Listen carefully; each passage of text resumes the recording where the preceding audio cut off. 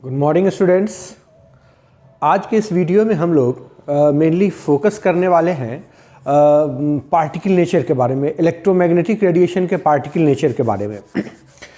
पिछले वीडियो में हम लोगों ने पढ़ा है वेव नेचर के बारे में। जैसा कि आप समझ रहे हैं कि हम लोग बोर्स एटॉमिक मॉडल के डेवलपमेंट के लिए जो जो फिनोमेना रिस्पॉन्सिबल थे उन पर चर्चा कर रहे हैं। उन सारे के सारे फिनोमेनन्स को हम लोग एक साथ समझना चाह रहे हैं।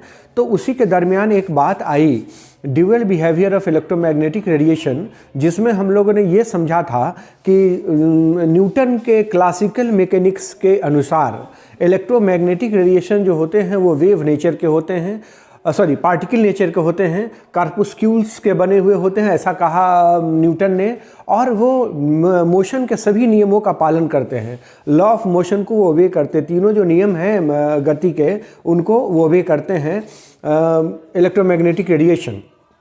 लेकिन बाद में डेविडसन एंड जर्मर का एक्सपेरिमेंट हुआ जिसमें ये कहा गया कि डिफ्रैक्शन और इंटरफेरेंस होता है। डिफ्रैक्शन और इंटरफेरेंस जो है वो एक वेव की प्रॉपर्टीज होती है, ये वेव नेचर प्रोसेस करते हैं। और बाद में चल के कुछ ऐसे फिनोमेना डिस्कवर हुए, कुछ ऐसी घटनाएं ऑब्जर्व की गई जिन घटनाओं का एक्सप्लेनेशन इलेक्ट्रोमैग्नेटिक रेडिएशन के वेव नेचर के बेसिस पर नहीं किया जा सकता है, और उसका एक्सप्लेनेशन उन घटनाओं का होना पार्टिकल नेचर की तरफ इंडिकेट करता है। तो हम लोग उन सारी घटनाओं के बारे में बात करेंगे। जैसे आपने पढ़ा है wave theory of electromagnetic radiation, wave theory of electromagnetic radiation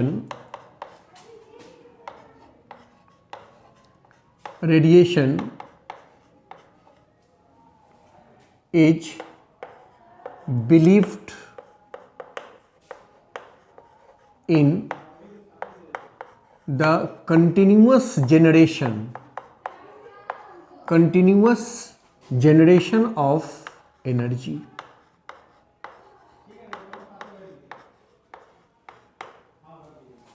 energy जो है वो कंटिन्यूसली जेनरेट होते हैं। मतलब ये हुआ कि अगर हम ब्राइटनेस बढ़ाते हैं, इंटेंसिटी बढ़ाते हैं किसी भी लाइट का, किसी रेडिएशन का, तो उसकी एनर्जी बढ़ेगी। ये कंटिन्यूटी की बात होगी। मतलब ये हुआ कि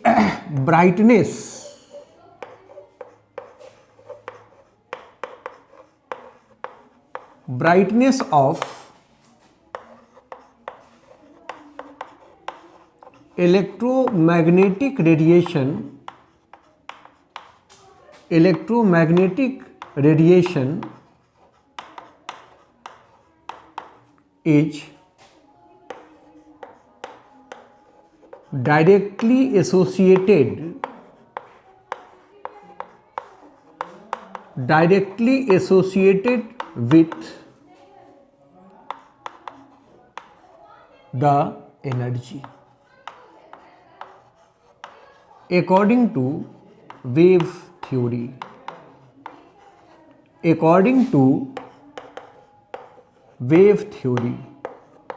वेव थ्योरी के अनुसार अगर आप ब्राइटनेस बढ़ाते हैं तो एनर्जी उसकी बढ़ेगी। ऐसी मान्यता है। ऐसी मान्यता कि यही बात होगी, कंटिन्यूअस जनरेशन होना चाहिए रेडिएशन एनर्जी का, कंटिन्यूअस जनरेशन होना चाहिए, ये बात हुई। लेकिन कुछ ऐसी घटनाएं घटी, बट some phenomena वो फिनोमेना में हम दो फिनोमेना की चर्चा यहाँ करने वाले हैं, ब्लैक बॉडी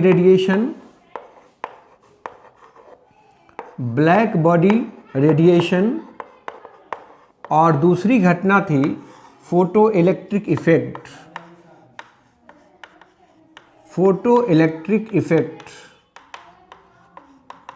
ये दोनों घटनाएं वेव थ्योरी से एक्सप्लेन नहीं हो सकती है, can not be explained, cannot be explained according to the wave nature. Wave nature of electromagnetic radiation, ये बातें हुई। इलेक्ट्रोमैग्नेटिक रेडिएशन के वेव नेचर से हम इसको एक्सप्लेन नहीं कर सकते।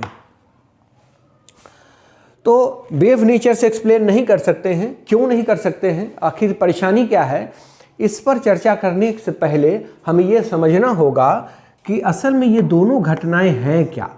Black body radiation,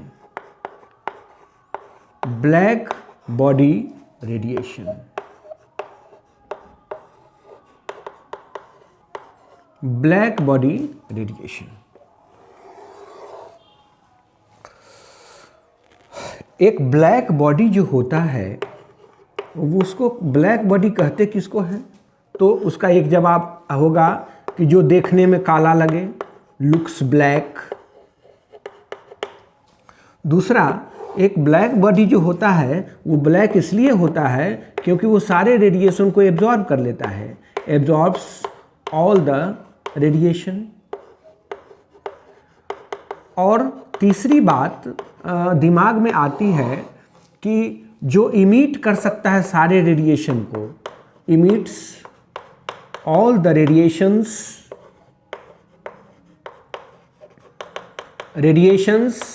when heated, जब उसको गर्म किया जाएगा तो वो सारे के सारे रेडिएशन को इमिट करेगा।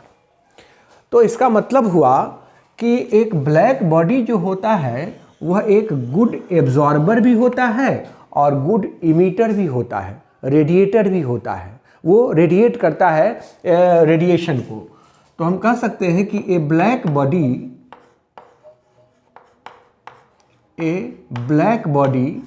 Is a good absorber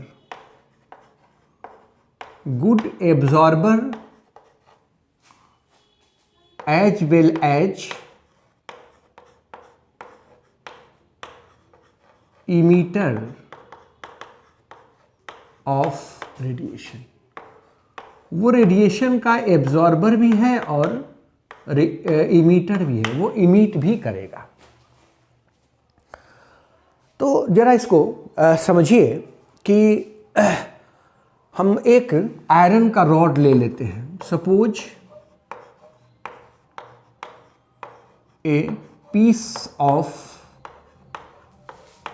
iron rod, iron का एक रॉड हमने लिया और उसको हम गर्म करते हैं। ये आयरन का रॉड है जो कि एक ब्लैक बॉडी है। ये आयरन के रॉड का एक टुकड़ा है जो कि ब्लैक बॉडी है। यह एक ब्लैक बॉडी है। इसको जब हम गर्म करते हैं तो ये डल रेड होता है, पहले धीरे धीरे थोड़ा सा लाल होना शुरू होता है। हम इसको फिर से हीट करते हैं, इसको और हीट करते हैं तो ये ब्राइट रेड हो जाता है, ये और लाल हो जाता है। हम इसको और भी गर्म करते हैं, फिर से इसको हीट करते हैं, ये थोड़ा सा ऑरेंज होगा, ऑरेंज कलर का होगा ये। इसको फिर से हीट करते हैं तो ये कलर वाइट हो जाता है।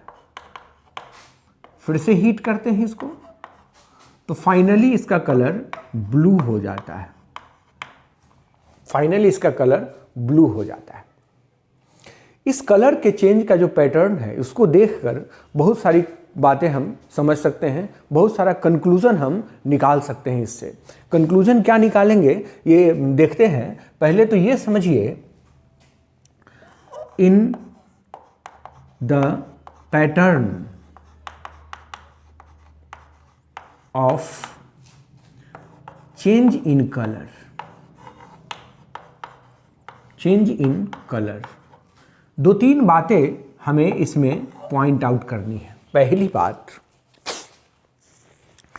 कि टेम्परेचर बढ़ाने से इंटेंसिटी बढ़ी है और फिर इंटेंसिटी घट गई। जैसे डल रेड था, इंटेंसिटी बढ़ के ब्राइट रेड हुआ, फिर उसकी इंटेंसिटी समाप्त हो गई, फिर ऑरेंज की इंटेंसिटी आई। पहली बात कि intensity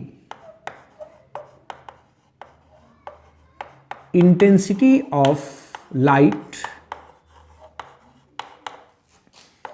increases with rise in temperature. Rise in temperature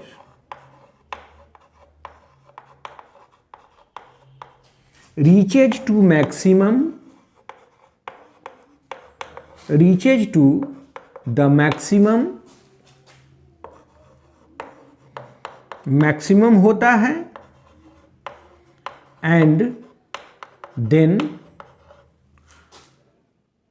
decreases, उसके बाद ये घटने लगता है। इसको आप ऐसे समझिए कि पहले ये डल रेड था, इंटेंसिटी कम थी, फिर उसके बाद और इंटेंस रेड हुआ, ब्राइट रेड हुआ, इंटेंसिटी बढ़ी टेम्परेचर बढ़ाने से, फिर इसका कलर बदल रहा है, ऑरेंज हो रहा है। इसका मतलब है कि इंटेंसिटी समाप्त हो गई, इंटेंसिटी धीरे धीरे घट के समाप्त हो गई, दूसरा कलर शुरू हुआ।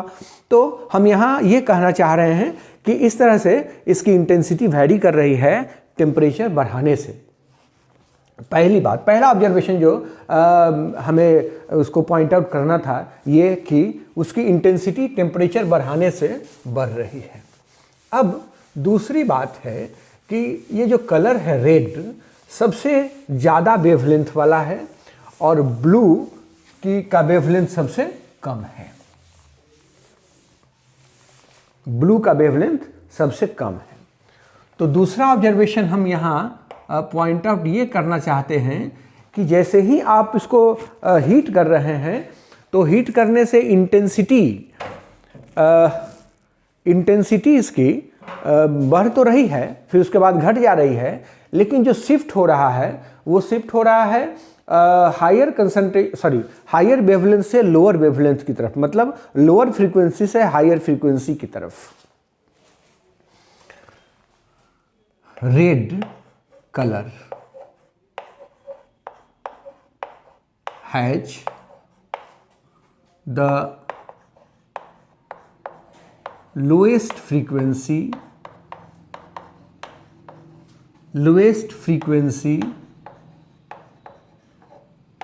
and the highest wavelength,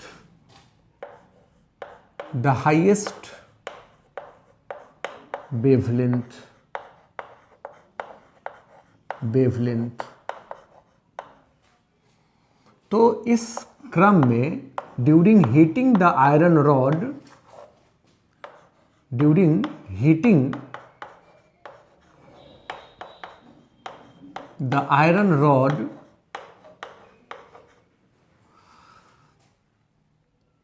color shifts from longer wavelength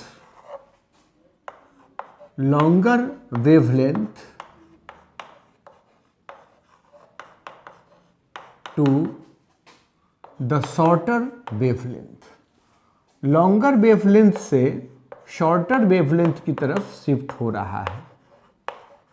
shorter wavelength, longer wavelength से शॉर्टर वेवलेंथ की तरफ शिफ्ट हो रहा है। दूसरा ऑब्जर्वेशन हमने इसमें से निकाला। तीसरा ऑब्जर्वेशन हम ये निकालना चाहते हैं कि ये जो कलर में चेंज हुआ है वो उसकी, जैसे रेड कलर है तो उसकी अपनी एक फ्रीक्वेंसी है, वैसे ब्लू कलर है उसकी अपनी एक फ्रीक्वेंसी है, येलो कलर उसकी अपनी एक फ्रीक्वेंसी है। तो ऐसा नहीं हुआ है कि एक ही समय में दो कलर है, हर एक समय एक पार्टिकुलर कलर अपीयर हुआ है। In each change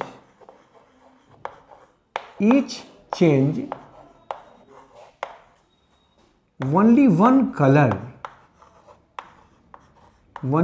color is there, but no other color is overlapping. कोई दूसरा कलर उसको ओवरलैप नहीं कर रहा है। जैसा कि इंद्रधनुष अगर आपने देखा होगा, रेनबो अगर आपने देखा होगा, तो वहाँ देखते हैं कि एक कलर दूसरे कलर पर ओवरलैप कर रहा है, तीसरे कलर पर ओवरलैप कर रहा है, लेकिन यहाँ एक पार्टिकुलर कलर है, एक सर्टेन कलर है, सर्टेनिटी है, यहाँ कंटिन्यूटी नहीं है। तो सर्टेनिटी जो प्रॉपर्टीज होती है, it means each radiation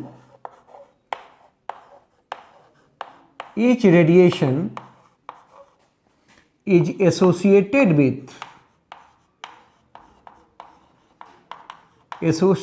with a packet of light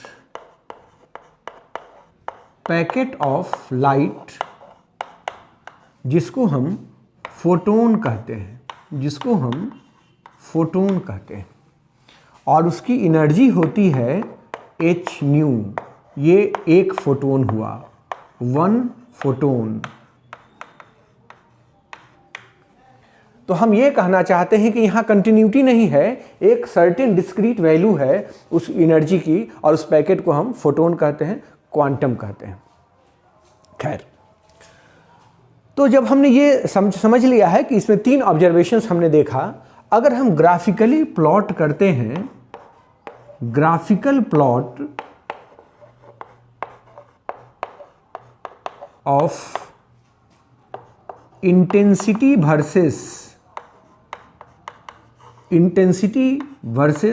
wavelength,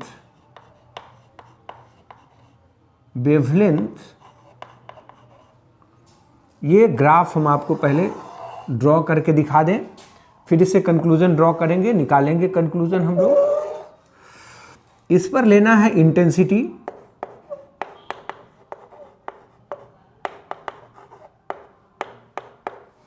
और इस पर लेना है wavelength,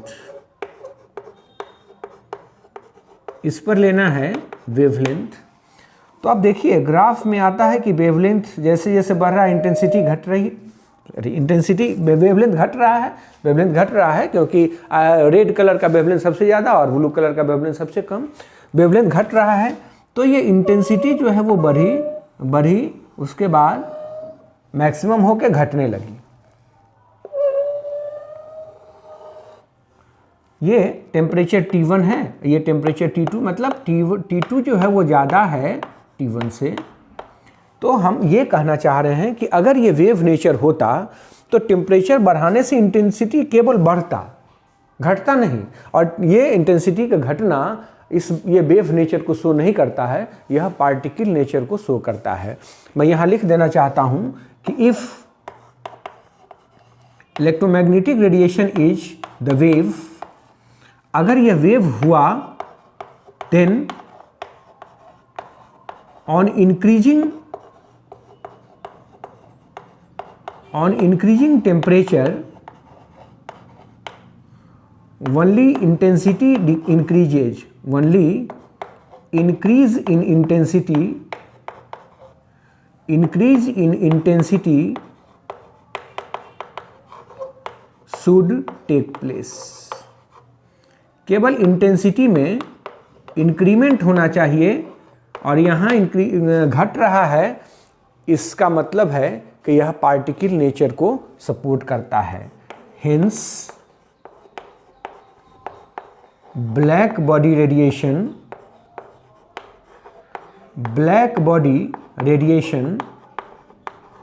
supports particle nature, the particle nature. Black body radiation से हमको पार्टिकल नेचर की जानकारी मिलती है। यह ब्लैक बॉडी रेडिएशन हुआ, ये पहली घटना थी जो पार्टिकल नेचर को सपोर्ट करता है after diffraction and interference. If diffraction और इंटरफेरेंस के बाद ये जो घटना है, ये जो फेनोमेनन है, ये पार्टिकल नेचर को सपोर्ट करने वाला है, ये पार्टिकल नेचर को सपोर्ट करता है। अब बात रही कि जब ये पार्टिकल नेचर को सपोर्ट करता है, एक दूसरी घटना और भी है, फोटो इलेक्ट्रिक इफेक्ट, जो फिर से पार्टिकल नेचर को सपोर्ट करता है। तो हम उस फोटो इलेक्ट्रिक इफेक्ट को भी देख लें। ये जो फोटो इलेक्ट्रिक इफेक्ट है वो पूरा का पूरा आधारित है हेनरी हर्ट्ज के एक्सपेरिमेंट पे। हेनरी हर्ट्ज का एक एक्सपेरिमेंट हुआ और उस एक्सपेरिमेंट का मैंने एक डायग्राम यहाँ स्केच किया हुआ है। इसमें है क्या, ये पहले समझ लीजिए कि मेटल का एक टुकड़ा है, इस मेटल के टुकड़े से वायर से जोड़कर इसको निगेटिव टर्मिनल से जोड़ दिया गया है। एक रिसीवर लगाया हुआ है जो बैटरी के पॉजिटिव टर्मिनल से जुड़ा हुआ है और इसको पूरे को सील कर दिया गया है ग्लास में, ग्लास के एक ट्यूब में इसको सील कर दिया गया है। यहाँ स्विच लगा हुआ और ये आमीटर लगा हुआ है, आमीटर है या गैल्वेनोमीटर भी लगा सकते हैं हम।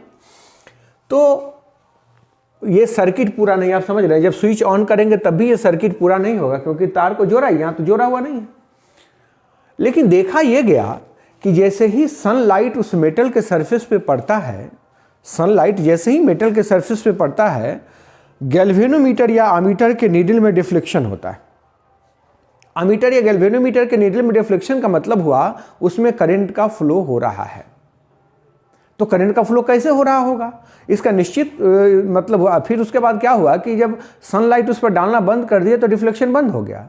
इसका एकदम निश्चित यही मतलब हुआ कि जैसे ही सनलाइट मेटल के सरफेस पे पड़ता है वहाँ से इलेक्ट्रॉन का इजेक्शन होता है, जिस इलेक्ट्रॉन को रिसीवर रिसीव करता है, और जब इलेक्ट्रॉन का फ्लो होता है वायर से तो गैल्वेनोमीटर के नीडल में डिफ्लेक्शन होता है। इसका यही मतलब हुआ और यही फोटो इलेक्ट्रिक इफेक्ट कहलाया। आप ऐसे कह सकते हैं कि एज द सन रे strikes on the surface of metal, ejection of electrons takes place and this is known as photoelectric effect। या इसको ऐसे कह सकते हैं, ejection of electrons from the metal surface as the sunlight strikes on it is known as photoelectric effect।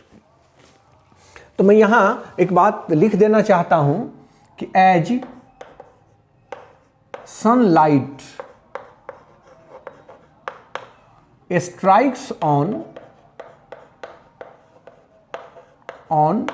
the metal surface, metal के surface से जैसे ही टकराता है metal surface, the deflection in the needle, deflection in needle of galvanometer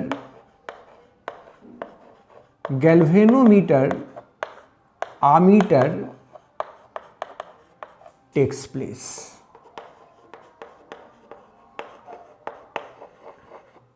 इसका यह मतलब हुआ, it means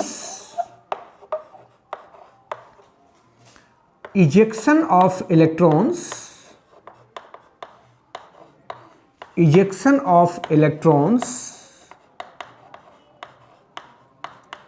takes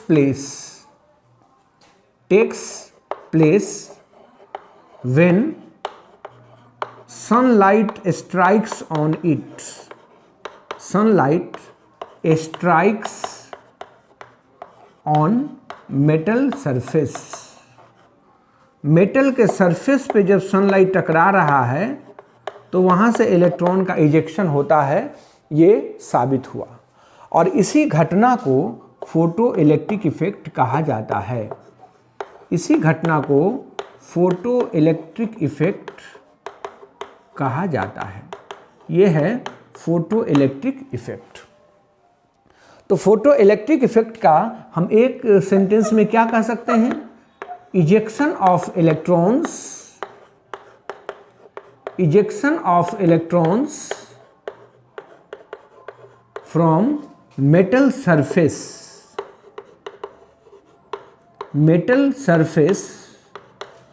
when sunlight strikes on it, sunlight strikes on it is known as photoelectric effect। हम इसी घटना को फोटो इलेक्ट्रिक इफेक्ट कहेंगे कि इलेक्ट्रॉन जैसे ही सनलाइट टकराता है मेटल के सरफेस से, वहाँ से इलेक्ट्रॉन का इजेक्शन होता है और इस घटना को हम फोटो इलेक्ट्रिक इफेक्ट का नाम दे रहे हैं। और जो इलेक्ट्रॉन निकल रहा है, इलेक्ट्रॉन्स इजेक्टेड आउट,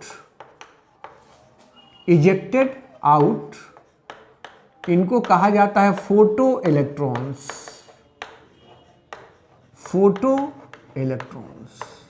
उनको कहा जाएगा फोटो इलेक्ट्रॉन्स। जो इलेक्ट्रॉन निकल रहा है, जो इजेक्ट आउट हो रहा है, उसको फोटो इलेक्ट्रॉन कहा जाता है, फोटो इलेक्ट्रॉन। इसी को कहते हैं हम लोग फोटो इलेक्ट्रिक इफेक्ट। अब इस फोटो इलेक्ट्रिक इफेक्ट में बहुत सारे ऑब्जर्वेशंस थे, जिन ऑब्जर्वेशंस के बेसिस पर हम ये कह पाएंगे कि इलेक्ट्रोमैग्नेटिक रेडिएशन में पार्टिकल नेचर होता है। हम उन ऑब्जर्वेशंस के बारे में बात करना चाहते हैं, जिसके बेसिस पर हम ये कंक्लूजन निकालेंगे कि इसमें ये जो फिनोमिनन है फोटो इलेक्ट्रिक इफेक्ट, ये पार्टिकल नेचर को सपोर्ट करता है।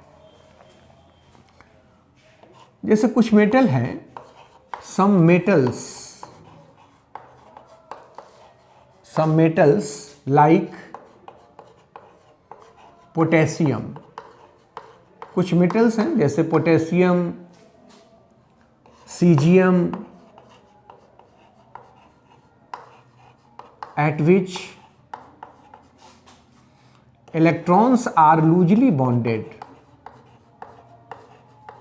Electrons are loosely bonded to the surface,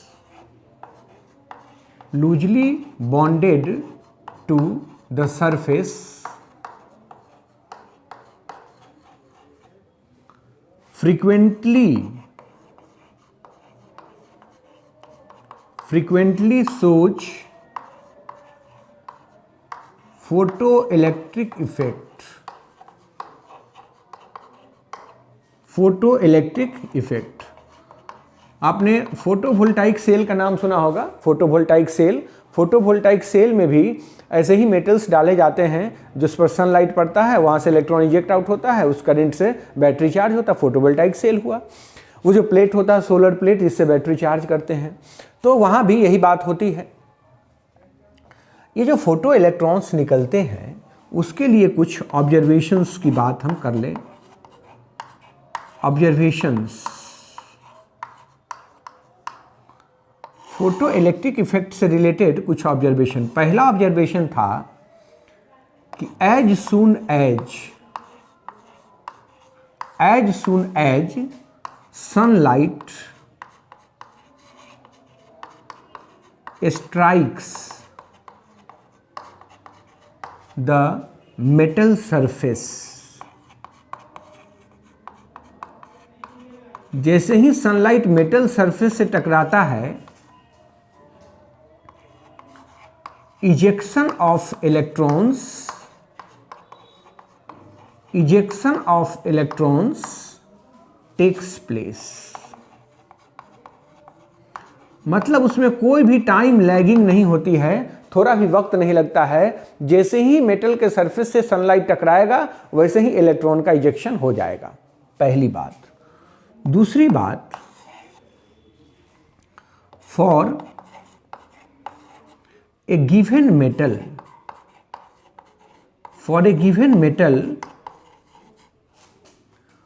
not all radiations are responsible to eject electrons out।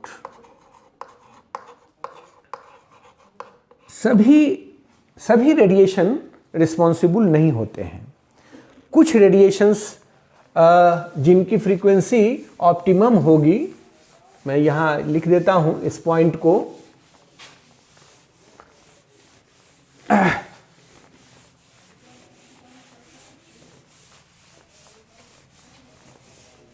Threshold frequency का कंसेप्ट यहाँ आएगा। मैंने ये लिखा है दूसरे पॉइंट में कि सभी रेडिएशंस इलेक्ट्रॉन निकालने के लिए रिस्पॉन्सिबल नहीं होते हैं। तो कहता है कि the minimum frequency of radiation the minimum frequency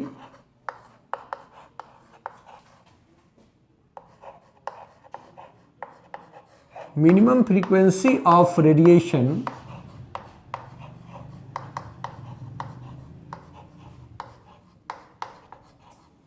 which is sufficient enough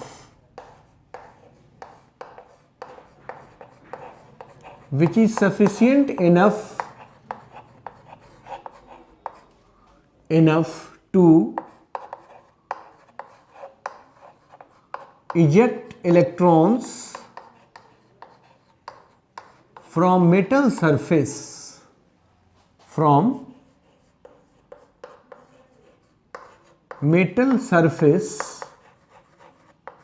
is known as threshold frequency।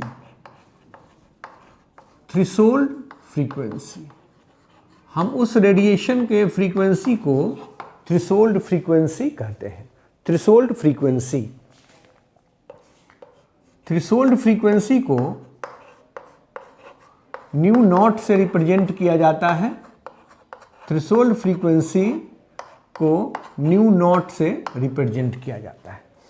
तो थ्रेशोल्ड फ्रीक्वेंसी हुआ वह मिनिमम फ्रीक्वेंसी जो किसी मेटल से फोटो इलेक्ट्रॉन को निकालने के लिए रिस्पॉन्सिबल होता है, सफिशिएंट होता है, वो कहलाता है थ्रेशोल्ड फ्रीक्वेंसी। तो अगर हम ऐसा कहें कि अगर इफ वी यूज रेडिएशन, हम एक ऐसा रेडिएशन यूज कर रहे हैं हैविंग frequency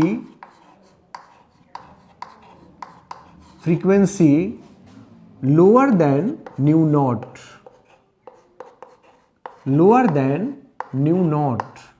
अगर हम न्यू नॉट से कम फ्रीक्वेंसी का कोई रेडिएशन यूज कर रहे हैं तो no photo electron will be observed. No photo electron will be observed. कोई फोटो इलेक्ट्रॉन उसमें से नहीं निकलेगा। अगर फोटो इलेक्ट्रॉन को निकालना चाहते हैं तो हमें थ्रेशोल्ड फ्रीक्वेंसी से कम का रेडिएशन काम नहीं करेगा। थ्रेशोल्ड फ्रीक्वेंसी से ज़्यादा फ्रीक्वेंसी का रेडिएशन यूज कर सकते हैं या थ्रेशोल्ड फ्रीक्वेंसी का रेडिएशन हम यूज कर सकते हैं। उससे कम फ्रीक्वेंसी का रेडिएशन अगर यूज करते हैं तो कोई फोटो इलेक्ट्रॉन बाहर नहीं निकलेगा। ये कंडीशन हुआ। जो रेडिएशन है, रेडिएशन हैविंग थ्रेशोल्ड फ्रीक्वेंसी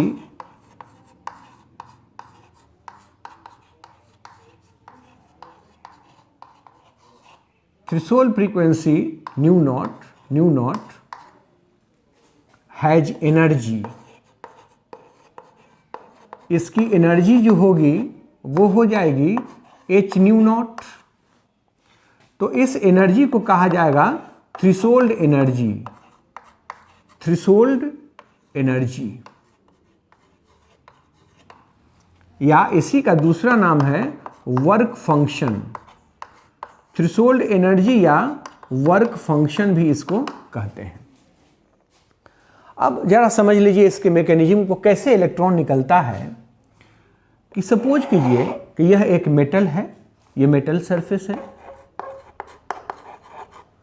तो मेटल के सरफेस से आप एक इलेक्ट्रॉन निकालना चाहते हैं, तो इस प्रोसेस को कहेंगे ionisation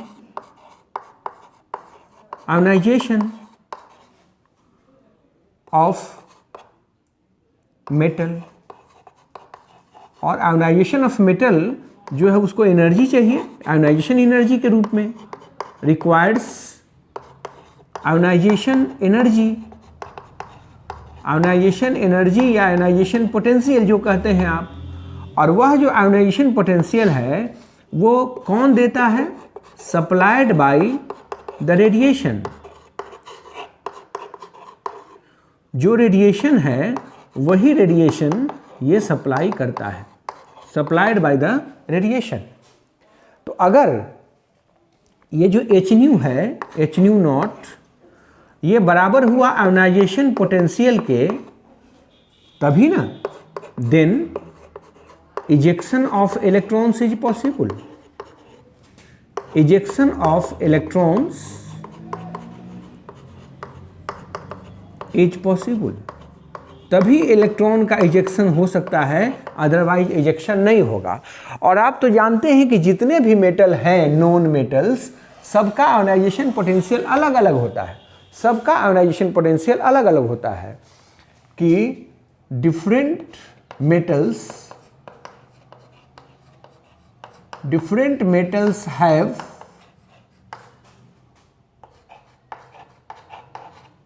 the different ionization potential। Different metal का आयोनाइजेशन पोटेंशियल डिफरेंट होता है, इसलिए डिफरेंट एलिमेंट्स के लिए, डिफरेंट मेटालिक एलिमेंट्स के लिए थ्रेशोल्ड फ्रीक्वेंसी भी अलग अलग होगा। हेंस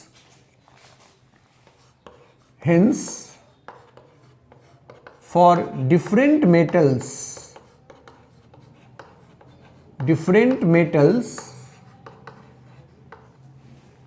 the threshold frequency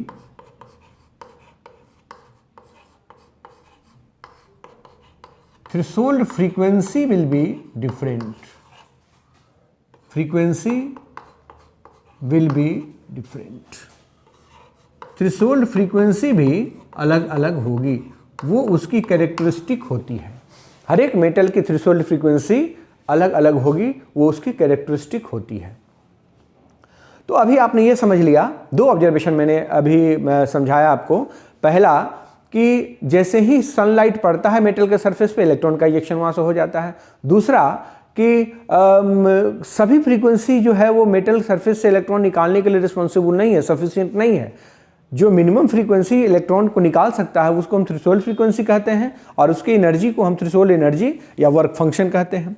सभी मेटल के लिए थ्रेशोल्ड फ्रीक्वेंसी अलग अलग होगी, क्योंकि सबके लिए आयोनाइजेशन पोटेंशियल अलग अलग होता है। तीसरा ऑब्जर्वेशन मैं आपको बताऊं कि ऑन इंक्रीजिंग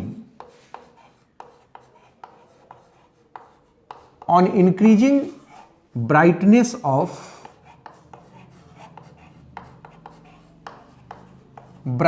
ऑफ रेडिएशन, जिस रेडिएशन का आप इस्तेमाल कर रहे हैं उसका अगर आपने ब्राइटनेस बढ़ाया, kinetic energy of photo electron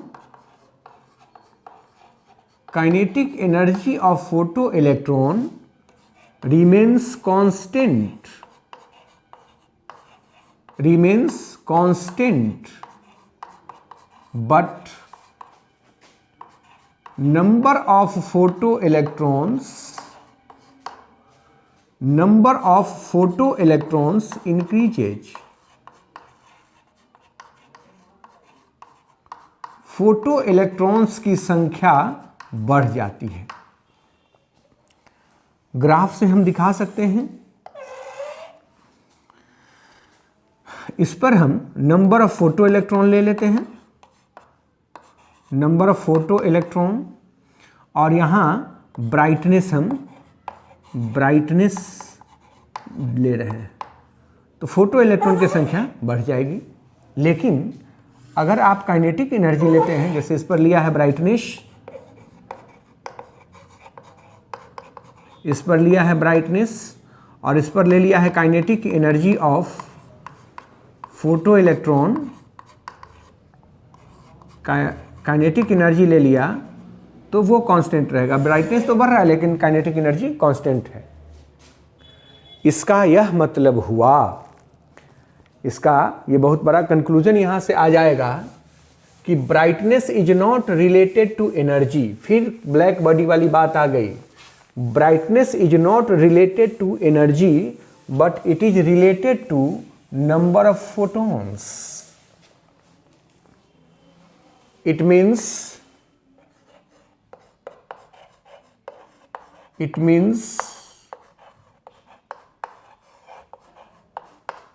brightness is not related to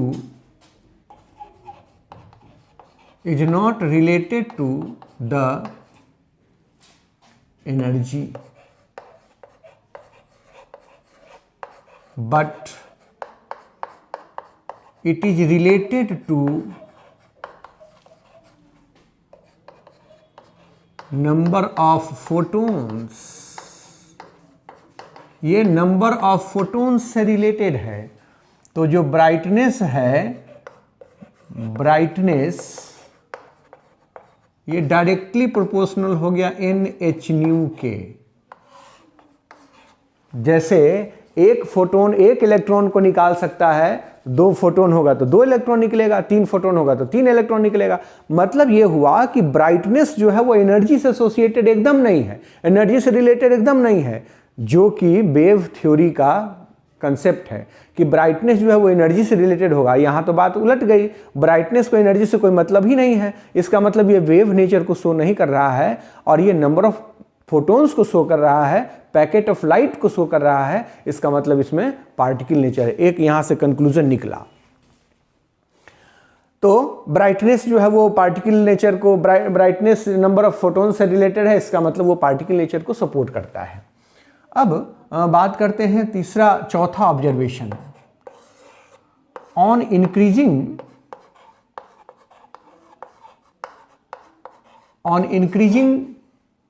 frequency of radiation,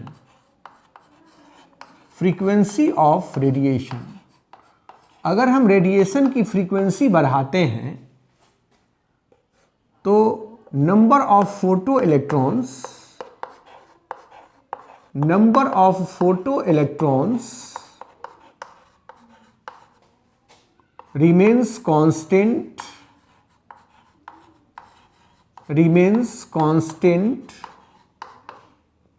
but kinetic energy of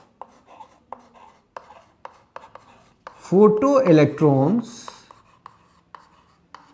increases। Photo electron की काइनेटिक एनर्जी बढ़ जाएगी। ये बात हुई। ग्राफ से फिर देख सकते हैं, इस पर हम ले रहे हैं फ्रीक्वेंसी ऑफ रेडिएशन, फ्रीक्वेंसी ले रहे हैं और यहाँ नंबर ऑफ फोटो इलेक्ट्रॉन ले लिया तो वो कांस्टेंट रहेगा। लेकिन अगर हम काइनेटिक एनर्जी की बात करें तो यहाँ लिया है फ्रीक्वेंसी, यहाँ लिया फ्रीक्वेंसी और यहाँ लिया kinetic energy of photo electron, तो वो बढ़ रहा है। तो यहाँ हम कंक्लूजन ये निकाल सकते हैं कि the threshold frequency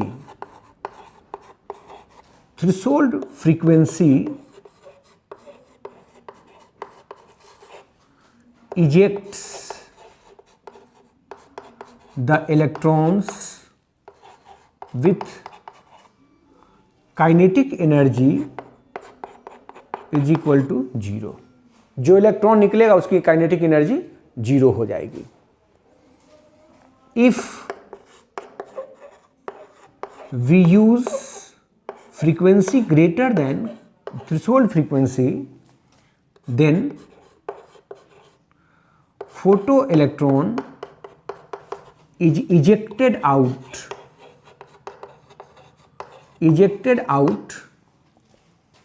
with kinetic energy। इसका मतलब ये हुआ कि जो एक्स्ट्रा एनर्जी मिला, फ्रीक्वेंसी की जो एक्स्ट्रा एनर्जी हुई, वो एनर्जी काइनेटिक एनर्जी बढ़ाने के काम में यूज हुआ। तो हम ये कहना चाहते हैं कि एक्स्ट्रा एनर्जी जो मिला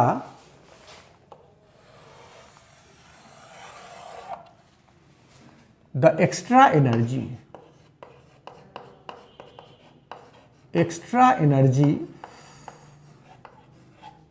कितनी एक्स्ट्रा एनर्जी हो गई?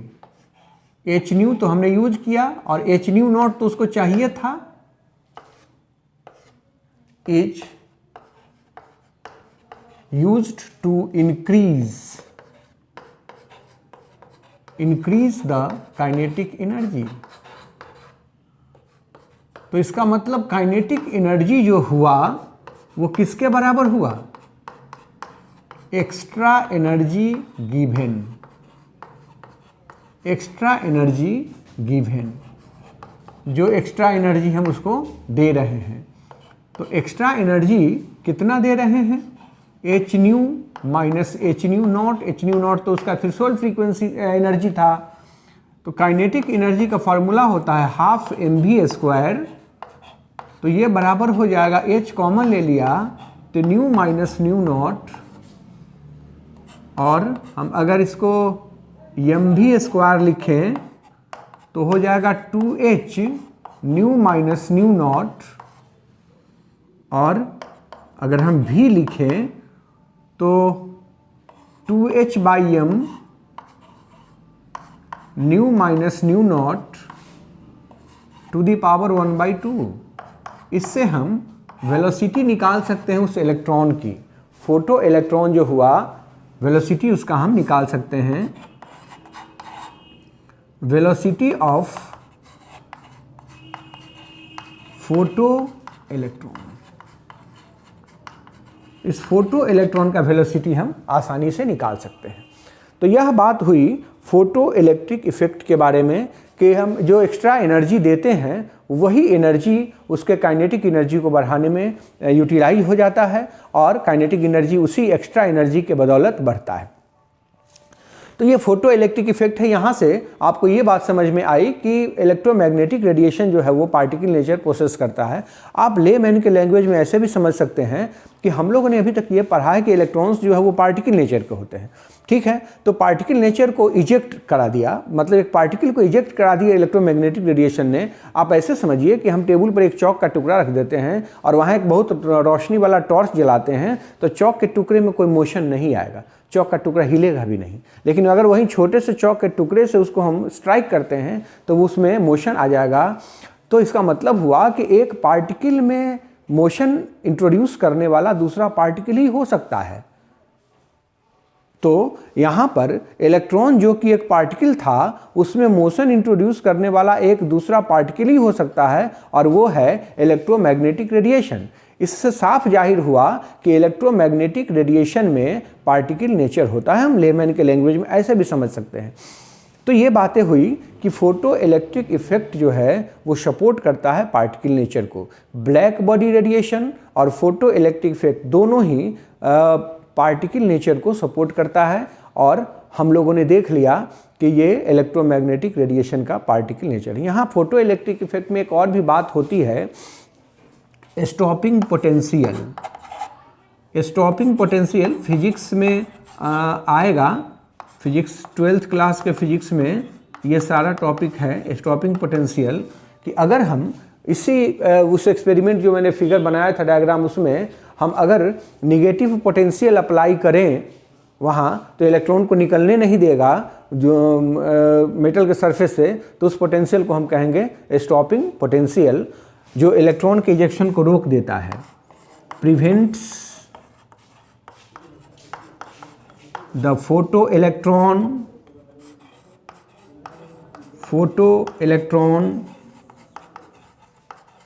From ejection.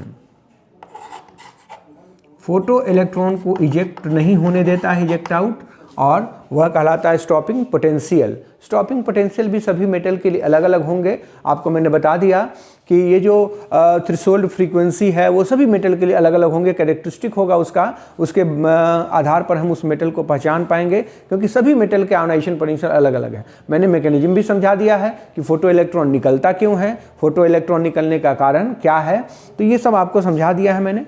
तो ये पार्टिकल नेचर को हम लोगों ने आज कंक्लूड कर दिया, ये कंप्लीट हो गया पार्टिकल नेचर। अब अगले लेक्चर में, अगले वीडियो में हम लोग हाइड्रोजन स्पेक्ट्रम, एटॉमिक स्पेक्ट्रम के बारे में पढ़ेंगे, और एटॉमिक स्पेक्ट्रम को पढ़ने के बाद बहुत सारे सीरीज उसमें आएंगे, बड़ा मज़ेदार टॉपिक है वो, उसको उस पर हम लोग डिस्कस करेंगे। एक पूरा का पूरा लेक्चर हम लोग देंगे हाइड्रोजन स्पेक्ट्रम को, और तब बातें आएंगी बोर्स एटॉमिक मॉडल की। तो अभी थोड़ा डिस्टेंस और भी है, हम अभी वहाँ तक पहुँचे नहीं हैं। हम लोग अभी atomic spectrum with special reference to the hydrogen spectrum हम पढ़ेंगे। एक गुजारिश है हमारे नए व्यूअर्स से, अगर आपने अभी तक चैनल सब्सक्राइब नहीं किया तो आप सब्सक्राइब कर लें, और अगर वीडियो अच्छा लगे तो लाइक देना ना भूलें। हाँ, बेल आइकन को प्रेस कर लें ताकि आपको नोटिफिकेशन सही समय पे मिलता रहे। तो अगले लेक्चर में, अगले वीडियो में हमारी मुलाकात होगी, और उसमें हम लोग पढ़ने वाले हैं हाइड्रोजन स्पेक्ट्रम के बारे में। धन्यवाद।